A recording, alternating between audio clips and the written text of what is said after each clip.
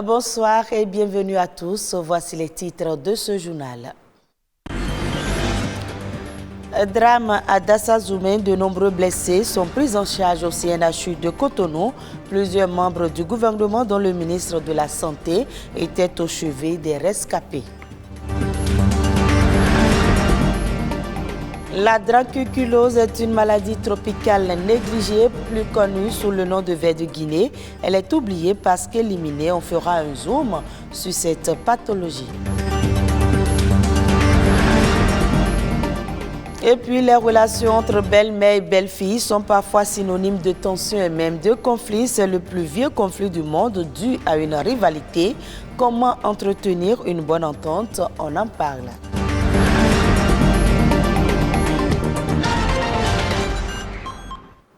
Le drame survenu ce dimanche 29 janvier à hauteur de la commune de Dassazoumé a occasionné au moins 22 décès et de nombreux blessés. Le gouvernement a pris des mesures urgentes au fin de porter une assistance sans faille aux victimes. Une cellule de crise est mise en place à Cotonou et à Parakou et une enquête est ouverte pour élucider les circonstances du drame. Le ministre des Infrastructures et des Transports et le ministre de l'Intérieur et de la Sécurité se sont portés sur les lieux du drame pour les constats d'usage. 7 rescapés sont convoyés au CNHU de Cotonou pour des soins d'urgence. Plusieurs membres du gouvernement, dont le ministre de la Santé, étaient au chevet des rescapés. Les précisions des ministres de la Santé, de l'Économie et des Finances sur des propos recueillis par Jérôme Rumbo et Louis Koudogbo.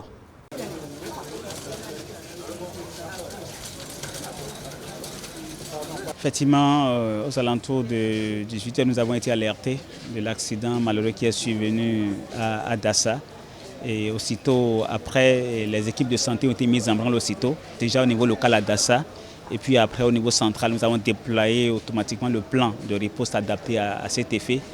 Et donc, au regard du bilan qui était sur place là-bas avec 21 rescapés, brûlés à des degrés divers, nous avons déployé les ambulances aussi bien du département du Zou, de Colline, de l'Atlantique, de l'Ouémé et du Plateau. Et là, actuellement, toutes les ambulances sont en train de ramener les patients vers Cotonou. Parallèlement, au niveau du CNHU HKM, au niveau du centre de traitement des épidémies de Calavi, les équipes ont été mobilisées, le plateau technique a été mis automatiquement au point pour pouvoir accueillir les malades. Donc, comme vous avez pu le constater, les 2 premiers cas sont déjà arrivés et l'équipe qui est déjà mobilisée s'est mise en branle pour pouvoir les prendre en charge. Alors en termes de garantie, lorsqu'il y a des brûlés, on ne peut pas se prononcer parce que tout est fonction du degré de brûlure que nous avons. Donc nous allons procéder à l'évaluation. Les équipes soignantes sont à pied d'œuvre et vont tout faire pour sauver l'ensemble des rescapés. Ça, je tiens des fois sur l'ensemble du gouvernement et le chef de l'État en premier a donné des instructions pour que toutes les dispositions soient prises pour que la prise en charge des rescapés soit totale, avec célérité, avec un accompagnement entier de l'État. Le ministre de la Santé et moi, nous avons rencontré un groupe de parents qui se sont déplacés à la réanimation tout à l'heure pour essayer d'identifier leurs parents. L'un des messages est de leur dire que, sur instruction du chef de l'État, l'ensemble du gouvernement est mobilisé, qu'ils peuvent rester chez eux pour permettre en fait à tous nos experts, à tous nos médecins de s'occuper des blessés qui arrivent au fur et à mesure et que le chef de l'État a donné des instructions pour que tous les frais soient pris en charge pour les soins des blessés qui arrivent. Donc il y en a qui se demandaient si les parents sont là, s'il faut qu'ils payent des médicaments. Donc le message clair est de dire de rester serein. Les instructions du chef de l'État sont claires. Nous prenons en charge les frais nécessaires aux blessés qui sont en train d'arriver. Donc ils peuvent rester chez eux. Le ministre de la Santé a mis en place une cellule de crise avec des psychologues et des experts qui vont les accompagner. Au niveau du Palais des Congrès, nous allons envoyer des informations, tout clarifier comment tout ceci va marcher. Mais donc les parents auront des personnes du ministère de la Santé qui pourront leur donner toutes les informations nécessaires sur les blessés et les informations dont ils ont besoin. Mais encore une fois, il est très important de ne pas se précipiter aux urgences pour la réanimation. Les médecins ont besoin de sérénité pour bien accueillir nos frères et sœurs qui sont blessés, qui sont en train d'arriver et qui vont arriver tout au long de la nuit. Le plus important, c'est vraiment d'organiser tout l'accompagnement pour les blessés qui arrivent au fur et à mesure. Et il est vraiment très important parce que beaucoup de personnes arrivent Très important de dire aux uns aux autres que tout le gouvernement est mobilisé. L'État fait tout ce qu'il faut, y compris la prise en charge des frais, donc de rester serein. Et nous avons bâti le rappel des troupes. Tous les traumatologues, tous les réanimateurs, tous les chirurgiens ont été rappelés et sont actuellement sur le plateau technique en train de prodiguer les soins à tous les blessés qui sont en train d'arriver au fur et à mesure de Dassa. Je voudrais donc rassurer les parents que le personnel soignant est à pied d'œuvre et fera tout ce qui est possible pour sauver la vie de nos compatriotes qui sont blessés dans ce drame. Elle fait partie des maladies tropicales négligées que beaucoup ont déjà oubliées parce qu'éliminée, il s'agit de la dracunculose, plus connue sous le nom de ver de Guinée. Dans l'élément qui va suivre, nous faisons un zoom sur cette maladie qui nécessite toujours une veille. Jean-Claude James. Une scène d'extraction difficile à regarder, mais très fréquente au milieu des années 80. Une période durant laquelle les cas de dracunculose se comptaient par milliers dans le monde. Par rapport à l'année 1986, 3,5 millions de personnes par an déclaraient être atteintes de la maladie dans environ 21 pays, principalement en Afrique subsaharienne, mais aussi au Moyen-Orient et en Asie. Aujourd'hui, ce nombre a largement chuté pour passer en dessous de 200 cas par an, survenant essentiellement en Afrique. Encore appelée maladie de ver de Guinée, c'est une pathologie invalidante qui n'épargne aucune couche de la société. La dracunculose est une helminthiase transmise par l'eau de boisson et classée par l'Organisation mondiale de la santé OMS parmi les maladies tropicales négligées. La dracunculose frappe surtout la population active de 15 à 55 ans. Elle a des effets sociaux et économiques considérables à cause de l'incapacité temporaire qu'elle provoque chez un grand nombre de sujets à une période critique de l'année, période pendant laquelle les gens devraient être dans les champs. À l'intérieur de l'organisme, les larves du parasite se développent pour atteindre le stade adulte. Les femelles mesurent entre 60 et 100 cm avec un aspect ressemblant à celui d'un spaghetti. Les mâles, eux, sont plus petits avec une taille inférieure à 3 cm. Au-delà des impacts au plan sanitaire et social, la maladie affecte aussi d'autres secteurs. Une étude appuyée par l'UNICEF dans une zone du sud-est du Nigeria, peuplée d'1,6 million d'habitants, a évalué à plus de 20 millions de dollars US par année le manque à gagner dû à la dracunculose dans la riziculture. Malgré son éradication confirmée au Bénin depuis 2009, la société civile plaide pour la veille permanente pour éviter toute surprise désagréable. Et je l'annonçais dans les titres, les relations entre belle-mère et belle-fille peuvent être tendues au sein de certaines familles. Tout n'est pas tout blanc ou tout noir. Il faut donc apprendre à voir le bon côté de certaines personnes. L'une des critiques les plus courantes faites aux belles-mères serait d'ailleurs qu'elles refusent de se détacher de leur fils et qu'elles deviennent de ce fait envahissantes.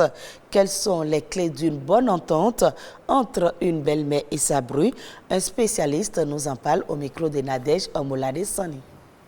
Les deux femmes ont pour objet la même personne et veulent chacune d'elles l'aimer à sa manière. Et on pourrait commencer d'abord par la maman. La maman a porté son enfant, elle lui a donné naissance. Elle a fait tous les sacrifices pour que cet enfant puisse devenir ce qu'il est. Et du jour au lendemain, on le ravit parce qu'il va justement au mariage. Ce n'est pas parce qu'il va au mariage que la mère va le laisser dans les mains de la femme qu'il a épousée. La mère continuera à lui vouloir du bien et en voulant du bien, il s'immisce dans la vie de cet homme au grand mécontentement de la femme ou bien de l'époux. Normalement, la bru doit mettre en place tout un dispositif de délicatesse pour mettre la maman de son époux à l'aise, donc sa belle-mère à l'aise. Lui demander des conseils, et la visiter. Et c'est parce que souvent, elle ne la visite pas. C'est parce que souvent, la belle-mère a l'impression que tout le sacrifice qu'elle a fait est parti en fumée, que la belle-mère va à la recherche de son homme et des avantages qu'elle peut avoir de son fils. Donc, si la bru aime vraiment son mari, elle doit pouvoir aimer sa belle-mère par amour pour son mari, quoi qu'en soit ce que la belle-mère est. Pour ce qui concerne la belle-mère, je dois dire que l'interférence est toujours bienvenue quand on veut le bien du couple.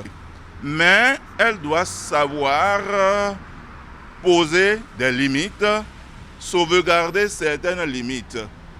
Le couple est une réalité à soi. Elle ne peut pas tout le temps s'immiscer dans la vie du couple pour donner des ordres à réaliser. Non, elle conseille.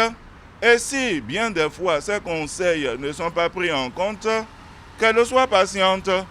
Quand la famille va bien, la société aussi va bien. Quand on ne la sauvegarde pas, les problèmes peuvent naître. Et quel est le problème essentiel quand il s'agit de l'interférence? C'est que la vie conjugale bat de l'aile. Et on peut arriver jusqu'à la séparation et au divorce. Le Gabon vise là-bas des 3000 tonnes de production cacaoyer à l'horizon 2025. Si cet objectif ne représente encore que la moitié de ce qui fut la production du pays il y a environ un demi-siècle, il lui permettrait néanmoins de réintégrer le cercle des gros producteurs africains de cacao. Pour y parvenir, la Direction générale des caisses de stabilisation et de péréquation du Gabon a lancé il y a 3 ans le projet Jeunes Entrepreneurs Café Cacao. Ce projet a permis la création de 409 hectares de cacaoyer. L'objectif est d'implanter 1000 hectares d'ici 2025. Selon les statistiques, l'Obre fait vivre environ 3000 cultivateurs gabonais entre 1970 et 2015. La production nationale de cacao est passée de 6000 tonnes à seulement 53 tonnes, fragilisée par la fluctuation des coûts mondiaux et le manque de soutien des gouvernements successifs.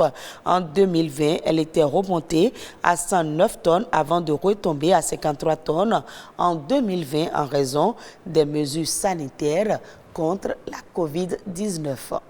Et le reste de l'actualité à l'international, c'est dans Eco Inter qui porte aujourd'hui la signature de Marcel Betoro.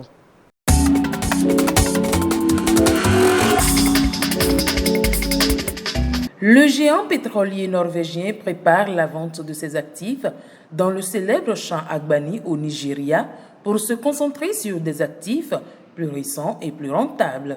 L'opération sur laquelle une banque d'investissement travaille déjà pourrait lui rapporter $1 milliard, soit environ 604 milliards de francs CFA. Equinor allonge ainsi la liste des grands groupes qui réduisent leurs empreintes sur cet important marché. Le Fonds monétaire international prévoit désormais que le PIB de la planète devrait progresser de 2,9% en 2023. Cela marquerait un ralentissement par rapport à 2022 qui était de 3,4%. L'optimisme du FMI tient à plusieurs raisons. L'économie mondiale a d'abord fait preuve d'une résistance bien plus importante qu'attendue au 3e trimestre 2022. Cela a été le cas en Europe où, grâce à un soutien budgétaire important équivalent à 1,2% du PIB, le pays a pu amortir le choc de la hausse des tarifs de l'énergie sur le pouvoir d'achat et sur les investissements.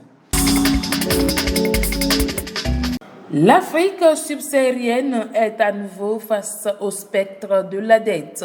Après la Zambie, le Ghana devient en décembre 2022 le deuxième État africain à faire défaut depuis le début de l'ère Covid-19 en 2020. Un coup de massue pour ce pays dont le président promettait d'en finir avec l'aide internationale. Aussi, Une vingtaine d'autres pays sont désormais considérés comme surendettés. Une situation qui rappelle la crise des années 2020, mais qui s'inscrit aussi dans un contexte mondial tendu. L'exportation de diamants en Angola rapporte près de 2 milliards de dollars en 2022, soit environ 1200 milliards de francs CFA. Le premier marché du diamant angolais aujourd'hui se trouve aux Émirats arabes unis. Ces pays du Moyen-Orient achètent en effet 67,91% de cette pierre précieuse issue des mines angolaises. L'Angola a enregistré des recettes de 1,95 milliard de dollars, soit 1080 milliards de francs CFA en 2022, sur la vente à l'étranger, soit une hausse de 1,38%, un glissement annuel, a indiqué le ministère des Ressources minérales, du pétrole et du gaz. La Belgique et la Chine sont respectivement deuxième et troisième importateurs de diamants angolais.